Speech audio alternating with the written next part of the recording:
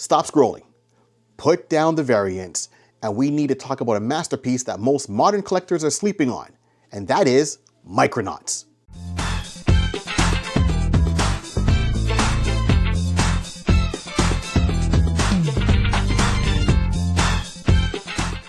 Welcome everyone to the iConis podcast. This is Barry 3D. I'm one of the hosts of the show, and I just wanted to touch on today on our new series on what to read. What are we reading? So we're going back to break out the comic book boxes, the long boxes, and things you should pick up maybe from your comic book stores that don't just rely on how much are they worth, but really the worth of the story. And this is what I'm going about. Now I know what you're thinking. It's a toy comic, right? It's a 20-page ad for Japanese plastic. Wrong. This is the biggest lie in comic history. When Marvel took the license, Bill Metallo didn't just write a tie-in, he birthed a Shakespearean tragedy set in a subatomic universe. If you don't have these 12 issues in your short box, your collection has a Microverse-sized hole in it. Marvel didn't just publish Micronauts, they woven it into the DNA of the 616 universe. This is where the Enigma Force began. This is where Captain Universe, one of the most powerful entities in Marvel history, was born. When you buy these originals, you're buying the blueprints for Marvel's cosmic mythology. These concepts are still fueling Spider-Man and Venom runs today in 2026. Look at Michael Golden art in 1979.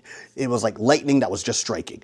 Most artists back then were drawing flat superheroes. Golden was drawing in 3D. His work was dense, mechanical, and incredibly kinetic. Every bolt on the ship, every muscle on a Croyer, every shadow in the body banks. It feels heavy. You cannot appreciate this on a digital screen. You need to see the vintage ink hitting the newsprint to feel the grit. Let's talk about the villain Barracuda. He makes Thanos look like a hobbyist.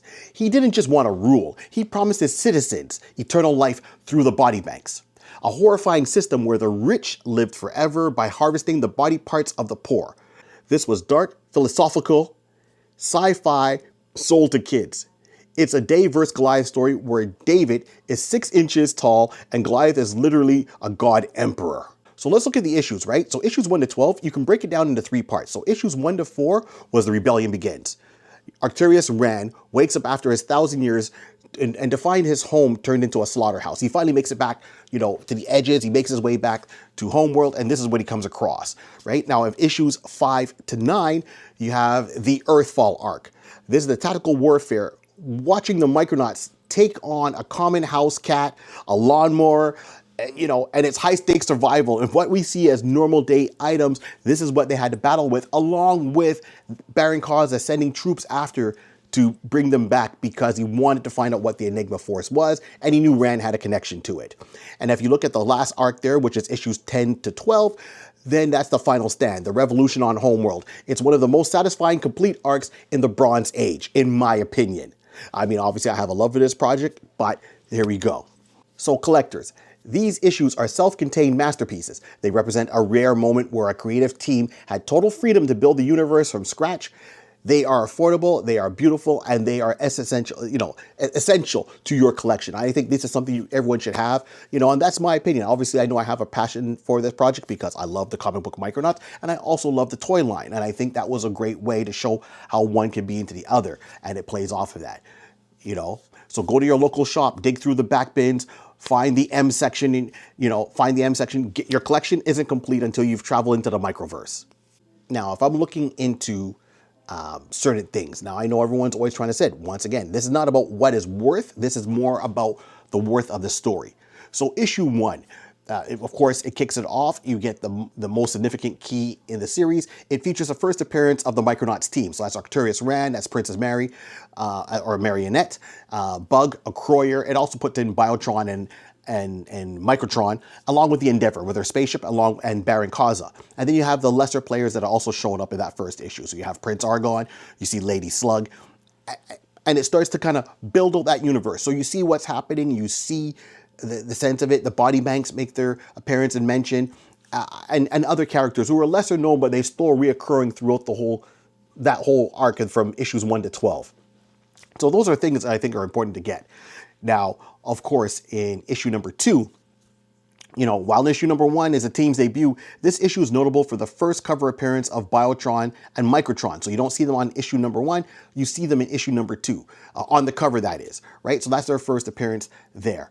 They were absent from the cover. Maybe there was not enough room to put everybody on when they first did the art. But I mean, hey, they got time to cook, as the saying goes.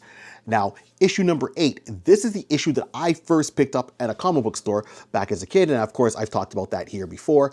And in that issue, it cried a major turning point to, develop a to dive deeper into the dark science of Baron Kaza and the body banks. And those get explained to a major scale. And on top of it, too, we see that's the first appearance of, Captain Universe. Now, I know the name might sound kind of like, hey, it was the 80s. It was the 70s and 80s. So Captain Universe, but of course, he's also had some other things in the Marvel Spotlight series. So, those are always fun to get. And yes, at a side note, Spider-Man did get the powers of Captain Universe at one point, so he was still tied into the Microverse. And of course, then issue number 9 is Akroyer, right? We get the backstory for Akroyer, his relationship with his brother, Prince Shaitan, and then revealing the harsh, rocky world of Spartak.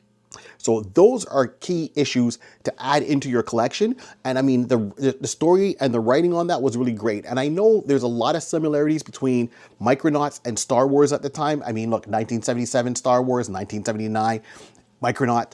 You got to say one's drawn off the other, but I think that's in a good way. Sometimes, when you copy something, it's almost like a sign of flattery, right? So, and it was done well, and it still stands out today in my opinion. I like the dynamic art. I like the darkness of it. And it was really more of a heavier read than you would think at other books at that time. So I think it was really catching the change in the comic book industry, what the readers were wanting. And we went along with that ride, and it still holds a beautiful place in our hearts today. So issue 11, a massive key for the wider Marvel Universe.